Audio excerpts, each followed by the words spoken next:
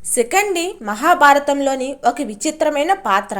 పట్టుదల పౌరుషం గల మహారథుడు.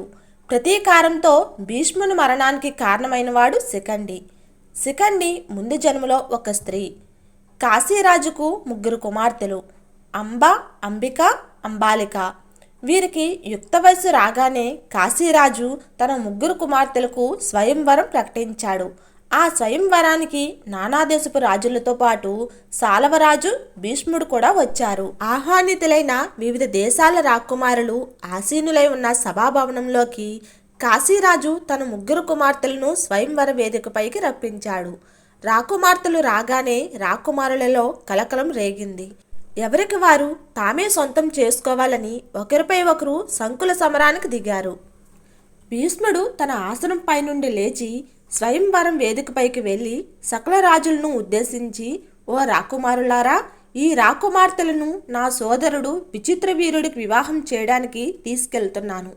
మీలో ఎవరైనా నన్ను ఎదిరించి ఈ రాకుమార్తెలను దక్కించుకోవచ్చు అని ప్రకటించగానే రాకుమారులంతా ఒక్కముడిగా భీష్మునితో తలపడగా వారందరినీ ఓడించాడు భీష్ముడు.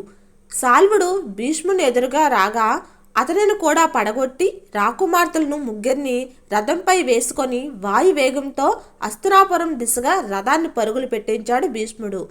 హస్తినాపురం చేరాక ముగ్గురు రాకుమార్తెలలో పెద్దదైన అంబ భీష్ముడితో, మహాత్మా, నేను సాల్వభూపతిని ప్రేమించాను. స్వయంవరంలో నేను అతనినే వరించేదానిని. ఇంత లోపల నన్ను బలవంతంగా తీసుకువచ్చారు. మనువు ఒకచోట, మనసు ఒకచోట ఉండటం సరైనది కాదు కదా. కావున నన్ను సాల్వుడి దగ్గరకు చేర్చండి. నా సోదరీమణులను మీ సోదరుడికి ఇచ్చి వివాహం జరిపించండి అని విన్నవించింది. భీష్ముడు ఆమె కోరికను మన్నించి సాల్వుడి దగ్గరకు పంపాడు. సాల్వుడు, నన్ను ఓడించి గెలుచుకున్న నిన్ను నేను పరిగ్రహించను. నీవు అతని సొంతం, నాకు వలదు, వెళ్ళిపో అని ఆమెను తిరస్కరించాడు. అంబ భీష్ముడి దగ్గరకు తిరిగి వచ్చి, నా ప్రేమను నాశనం చేశావు గనక నీవే నన్ను వివాహం చేసుకో అని అన్నది. అందుకు భీష్ముడు, నేను వివాహం చేసుకోనని, ఆజన్మాంతం బ్రహ్మచారిగా ఉంటానని ప్రతినబూనాను. ఎట్టి పరిస్థితుల్లోనూ ప్రతిజ్ఞ నియమాన్ని ఉల్లంఘించను అని అన్నాడు. అంబ భీష్ముడిని బతిమిలాడింది, దూషించింది, శాపనార్థాలు కూడా పెట్టింది. అయినా సరే భీష్ముడు కాదు పొమ్మన్నాడు. అంబ భీష్ముడు గురువైన పరశురాముడును ఆశ్రయించింది. పరశురాముడు ఆశ్రయమిచ్చి అభయమిచ్చాడు. భీష్ముడిని రప్పించి, నీ వలనే అంబ వివాహ జీవితం సర్వనాశనం అయ్యింది కనుక నువ్వే వివాహం చేసుకొని ఆమె జీవితాన్ని సరిచేయు. నీకు విద్యను నేర్పిన గురువుగా నిన్ను శాసిస్తున్నాను అని అన్నాడు పరశురాముడు. గురువర్య, నేను ఆజన్మ బ్రహ్మచారిగా ఉంటానని ప్రతిజ్ఞ చేశాను. ప్రాణమైనా వదులుకుంటాను కానీ మాట తప్పను. ఆమెను పెళ్లాడటం తప్ప ఏమైనా అడగండి, మీ శిష్యునిగా తలదాల్చి నిర్వర్తిస్తాను అని వినయంగా బదులిచ్చాడు భీష్ముడు. అట్లయితే నాతో యుద్ధం చేయాల్సి ఉంటుంది అని పౌరుషంగా గద్దించాడు భార్గవరాముడు. గురువర్య, ఆమెను పెళ్లాడి నియమం తప్పే కన్నా మీతో యుద్ధానికి సిద్ధపడి మీ చేతుల్లో మరణించడమే మేలు అని అన్నాడు భీష్ముడు. అయితే సమరానికి సిద్ధపడు అని ధనుర్బాణాలు అందుకున్నాడు పరశురాముడు. భీష్ముడు కూడా విల్లంబులు అందుకున్నాడు. ఇద్దరి మధ్య భీకర రణం సాగింది. ఒకరిపై ఒకరు శరపరంపరలు సంధించుకున్నారు. అంతకంతకు యుద్ధం తీవ్ర రూపం దాల్చింది. మహాశక్తివంతమైన అస్త్రాలు ప్రయోగించుకున్నారు. యుద్ధం 22 దినముల పాటు కొనసాగింది. పరశురాముడు వయోభారంతో అలసిపోయాడు. యుద్ధం విరమించి అంబతో, అంబా, భీష్ముడు మహావీరుడు. ఈ భూమండలంలో ఇతన్ని జయించేవాడు మరొకడు లేడు. అంతేగాక నాకు వృద్ధాప్యం మీద పడింది. నేను నీకు సహాయం చేయలేకపోతున్నాను అని పలికాడు పరశురాముడు.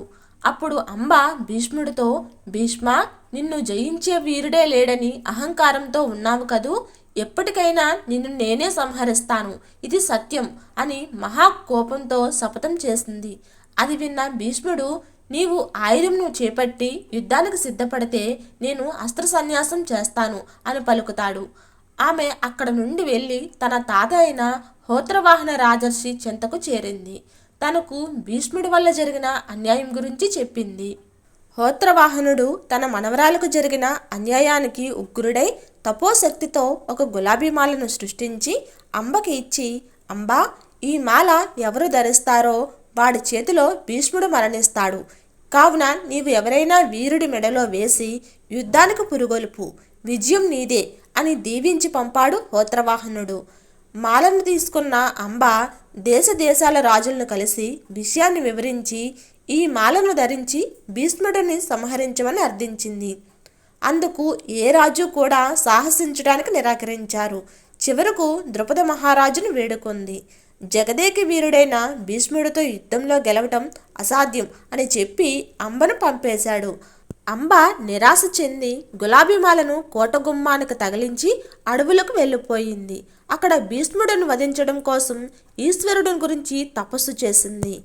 ఈశ్వరుడు ప్రత్యక్షమై భీష్ముడిని సంహరించడం ఈ జన్మలో నీ వలన సాధ్యపడదు, వచ్చే జన్మలో శిఖండిగా పుట్టి నీ కోరిక నెరవేర్చుకుంటావు అని చెప్పి అంతరార్థమవుతాడు. అనంతరం అంబ చితి పేర్చుకొని ఆత్మహత్య చేసుకుంటుంది. అటు కొంతకాలానికి ద్రుపదుడు తనకు సంతానం లేని కారణంగా బిడ్డల కోసం ఈశ్వరుని గురించి తపస్సు చేశాడు. ఈశ్వరుడు ప్రత్యక్షమై, ద్రుపదా, నీ భార్యకు తొలి కాన్పులో ఆడబిడ్డ పుడుతుంది. ఆడబిడ్డను మగబిడ్డగా పెంచు. కాలక్రమంలో నీ రాకుమార్తెకు పురుషత్వం సంక్రమిస్తుంది. కావున సకల విద్యలు నేర్పు, వీరుడిగా తీర్చిదిద్దు. మరికొంతకాలానికి నీకొక మగబిడ్డ, ఒక ఆడబిడ్డ పుడతారు అని వరమిచ్చాడు శివుడు. శివుడు చెప్పినట్టుగానే ద్రుపద మహారాజుకు ఒక ఆడబిడ్డ జన్మిస్తుంది. ఆ బిడ్డకు శిఖండి అని పేరు పెట్టి మగదుస్తులు వేసి పెంచాడు. ద్రోణుడి దగ్గరకు పంపి సమస్త విద్యలు నేర్పించాడు. శాస్త్రాస్త్రాలు అధ్యయనం చేయించాడు. వీరాది వీరుడిగా మలిచాడు. ఒకరోజు శిఖండి కోటగుమ్మానికి వేలాడుతున్న గులాబీమాలను మెడలో వేసుకోగా ద్రుపదుడు దానిని చూసి తీవ్రంగా మందలిస్తాడు. శిఖండికి యుక్త వయసు రాగానే పురుషుడిగా మారక మునిపే దశార్ణ దేశపు రాజు అయిన హేమవర్మ కుమార్తె యువరాణితో వివాహం జరిపించాడు. ఆనాటి రాత్రి శోభన సమయంలో యువరాణి శిఖండి స్త్రీ అని గుర్తించి కోపంతో బాధతో తండ్రి దగ్గరకు పోతుంది. తండ్రి జరిగిన మోసానికి ప్రతీకారం తీర్చుకోవటానికి సైన్యంతో యుద్ధానికి బయలుదేరతాడు. శిఖండికి ఏం చెయ్యాలో పాలుపోక దుఃఖంతో అడవిలోకి పోయింది. అడవిలో స్థూలకర్ణుడనే యక్షుడు చాలా కాలంగా అక్కడే నివాసం ఉంటున్నాడు. స్థూలకర్ణుడికి భయపడి ఆ సమీపంలోకి ఎవరూ వెళ్ళేవారు కాదు. స్థూలకర్ణుడు శిఖండిని చూసి, కుమారి, నీకు భయం లేదా? ఇక్కడ దాకా వచ్చావు అని అడుగుతాడు. శిఖండి, చావడానికే వచ్చాను అని అంటూ తను ఎంత సంక్లిష్ట పరిస్థితిలో ఉన్నది తన కథనంతా చెబుతుంది. అప్పుడు శిఖండిపై జాలిపడి స్థూలకర్ణుడు ఇలా అంటాడు, నా పురుషత్వాన్ని 10 రోజుల పాటు నీకు ఇస్తాను. నీ స్త్రీత్వం నాకు ఇవ్వు. సమస్యలన్నీ పరిష్కరించుకున్నాక తిరిగి వచ్చి నా పురుషత్వం నాకు ఇచ్చి నీ స్త్రీత్వం నీవు తీసుకో అని అంటాడు. అందుకు శిఖండి కూడా అంగీకరించి కృతజ్ఞతలు తెలుపుకొని పురుషత్వాన్ని పొంది కోటకు వెళ్తుంది. తనకు పురుషత్వం ప్రాప్తించిన విషయాన్ని తల్లిదండ్రులిద్దరికీ తెలుపుతుంది. వారు మహా ఆనందపడతారు. తన కూతురికి అన్యాయం జరిగిందన్న ఆవేశంతో సైన్యంతో ద్రుపదుడిపై దండెత్తి వస్తున్న దశార్ణ దేశ ప్రభువైన హేమవర్మకు ఎదురుగా వెళ్ళి స్వాగతం పలుకుతాడు శిఖండి. ఉగ్రుడైన హేమవర్మకు తన పురుషత్వాన్ని నిరూపించుకుంటాడు శిఖండి. హేమవర్మ తన తొందరపాటు చర్యకు క్షమించమని ద్రుపదుడిని శిఖండిని కోరుతాడు. హేమవర్మకు అతని సైన్యానికి వారం రోజుల పాటు గానా బజాలతో ఆతిథ్యమిచ్చి సంతృప్తిగా పంపుతాడు ద్రుపదుడు. కుబేరుడు స్థూలకర్ణుడు ఉన్న అడవి గుండా పుష్పక విమానంలో పోతూ స్థూలకర్ణుడు ఆశ్రమంలో దిగి స్థూలకర్ణుడిని పిలుస్తాడు. స్థూలకర్ణుడు స్త్రీ రూపంలో ఉన్నందున సిగ్గుతో బయటికి రాలేదు. తన సహచరుడిని పంపి స్థూలకర్ణుడిని బయటికి రప్పించాడు కుబేరుడు. స్త్రీ రూపంలో ఉన్న స్థూలకర్ణుడి ద్వారా విషయాన్ని మొత్తం తెలుసుకుంటాడు కుబేరుడు. స్థూలకర్ణుడు కుబేరుడు పాదాలపై పడి వేడుకోగా, స్థూలకర్ణ, ఇది దైవ సంకల్పంతో జరిగింది. శిఖండిని పురుషుడిగానే ఉండనివ్వు. శిఖండి మరణించగానే నీ పురుషత్వం నీకు వస్తుంది అని తెలిపి కుబేరుడు అక్కడ నుండి వెళ్ళిపోతాడు.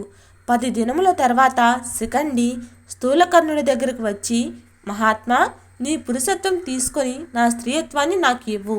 నీ సహాయానికి కృతజ్ఞుడను మహానుభావ అని అంటాడు. స్థూలకర్ణుడు శిఖండికి జరిగినదంతా చెప్పి, నా పురుషత్వం జీవితాంతం నీవే ఉంచుకో అని అంటాడు. శిఖండి అందుకు సంతోషించి మహా ఆనందంతో స్వగ్రాహానికి పోతాడు. కాలాంతరంలో ద్రుపదునికి ఒక కుమారుడు దృష్టద్యుమ్నుడు, ఒక కుమార్తె ద్రౌపది జన్మిస్తారు.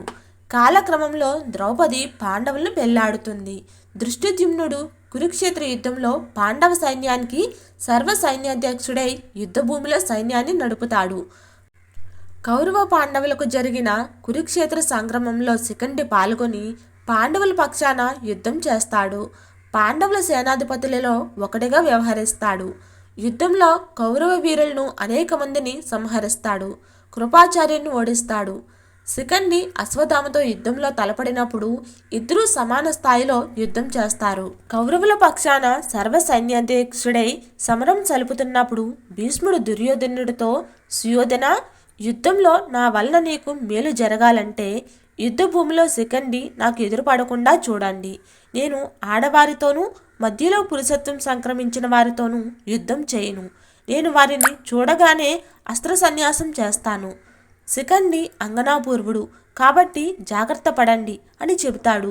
భీష్ముడి మరణ రహస్యం భీష్ముడి ద్వారా తెలుసుకున్న పాండవులు యుద్ధం 10వ రోజు భీష్ముడు అర్జునుడు ద్వంద్వ యుద్ధానికి దిగగా వారి మధ్యకు శిఖండి వచ్చి భీష్ముడిని ఎదుర్కొంటాడు. శిఖండిని చూడగానే భీష్ముడు అస్త్ర సన్యాసం చేశాడు. శిఖండి భీష్ముడి మీదకు తొలి బాణం ప్రయోగించాడు. ఆ తర్వాత అర్జునుడు భీష్మునిపై అనేక బాణాలను సంధించాడు. ఆ శరాఘాతాలకు భీష్ముడు నేలకు ఒరిగాడు. భీష్ముడు నేలపై పడకుండా అర్జునుడు తన శరములతో అంపశయ్య అమర్చుతాడు. ఆ అంపశయ్యపై ఉత్తరాయణ పుణ్యకాలం వరకు విశ్రాంతి తీసుకొని ఉత్తమ లోకాలకు వెళ్ళిపోతాడు భీష్మ పితామహుడు. శిఖండి భీష్ముడిని సంహరిస్తానన్న శపథం నెరవేరింది. 18వ రోజు కౌరవుల పక్షాన అందరూ చనిపోయి అశ్వత్థామ, కృతవర్మ, కృపాచార్యుడు మిగిలి ఉంటారు. రణభూమిలో చీకటిలో మృతి కలేబారాల మధ్య దుర్యోధనుడు అనేక గాయాలతో దీనావస్థలో పడి ఉండటం చూస్తారు ఆ ముగ్గురు. అశ్వత్థామ సార్వభౌముడిని అట్లా దీనస్థితిలో చూడగానే కోపంతో, రాజా, ఏదైనా కోరిక ఉంటే చెప్పండి, నెరవేరుస్తాను అని అంటాడు. అశ్వత్థామ, పంచపాండవులను సంహరించడమే నా కోరిక. నిన్ను సర్వ సైన్యాధిపతిని చేస్తున్నాను. వారిని సంహరించి నా కోరిక తీర్చు అని అంటాడు దుర్యోధనుడు మరణిస్తూ. ఎలాగైనా పాండవులను సంహరించి దుర్యోధనుడి చివరి కోరిక తీర్చాలి అని అనుకుంటాడు అశ్వత్థామ. కృతవర్మ కృపాచార్యులతో చర్చిస్తాడు. ఈ రాత్రి సమయంలో పాండవులు గాఢ నిద్రలో ఉంటారు అని తలచి అశ్వత్థామ కృతవర్మను కృపాచార్యుడిని వెంటబెట్టుకొని పాండవుల శిబిరాలలోకి ప్రవేశించి నిద్రిస్తున్న ఉప పాండవులను పాండవులే అని భ్రమపడి వాళ్ళని వధిస్తాడు. పక్కనే ఉన్న అదే శిబిరంలో నిద్రిస్తున్న శిఖండి అలికిడికి మేలుకొని ఆయుధం అందుకొని అశ్వత్థామను ఎదుర్కొంటాడు. ఏమి జరుగుతుందో తెలియని అయోమయంలో ఉండటం వలన అశ్వత్థామ ఖడ్గానికి బలే మరణిస్తాడు శిఖండి. శిఖండి మరణించడంతో అతనిలోని పురుషత్వం తొలగి స్థూలకర్ణుడిని చేరుతుంది.